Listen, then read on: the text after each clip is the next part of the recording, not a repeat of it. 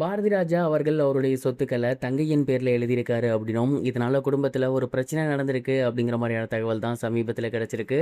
என்ன நடந்திருக்கு அப்படிங்கிறது தான் இந்த ஒரு வீடியோல நம்ம பார்க்க போறோம்.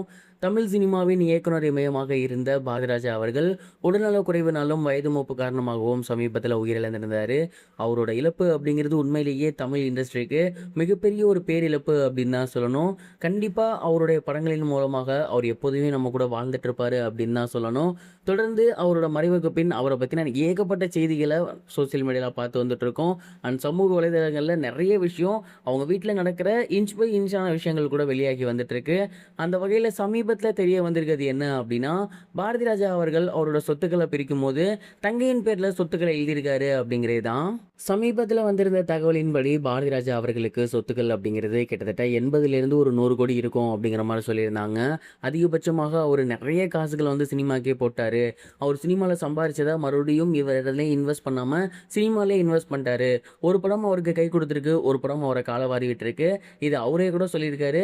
நிறைய டைம் அவரோட படம் ரிலீஸ் அப்போ வீட்டு பத்திரத்தெல்லாம் கூட அடமானம் வச்சிருக்காரு அப்படிங்கிற மாதிரிலாம் சொல்லியிருந்தாங்க.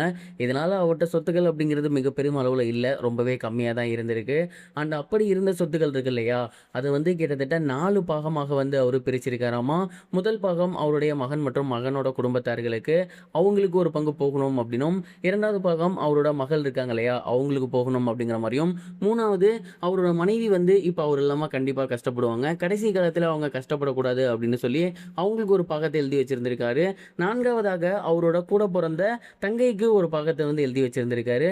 அண்ட் கொஞ்சம் அதிகமாகவே வந்து அவர் எழுதி வச்சிருந்திருக்காரு. அதற்கு காரணம் சின்ன வயசுல கஷ்டப்பட்டு நம்ம கூடவே இருந்திருக்காங்க அப்படிங்கிறது. அண்ட் இப்போ அவங்க தங்கையோட கணவரும் இல்லை, அவங்களுக்கும் வயசாகிருச்சு, ரொம்ப கஷ்டப்பட்டுட்டு இருக்காங்க. ஸோ அவங்களுக்கு சேர வேண்டியதும் கொஞ்சம் போய் சேர்ந்துச்சு அப்படின்னா வயசான காலத்தில் அவங்க நிம்மதியாக இருப்பாங்க, சந்தோஷமாக இருப்பாங்க அப்படிங்கிற காரணத்தினால அவங்களோட தங்கையின் பேர்லையுமே சொத்துக்கள் எழுதியிருந்திருக்காரு.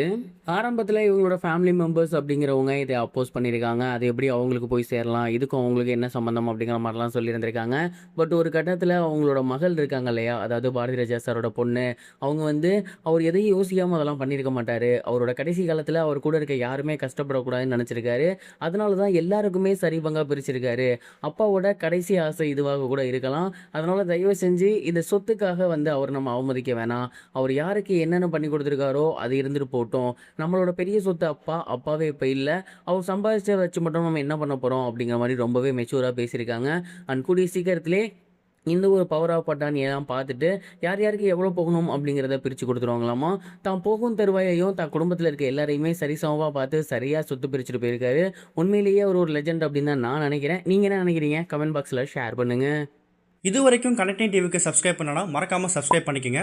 உடனடி அப்டேட்ஸ் பெறுவதற்கு நோட்டிஃபிகேஷன் பெல்லையும் கிளிக் பண்ணிக்கங்க.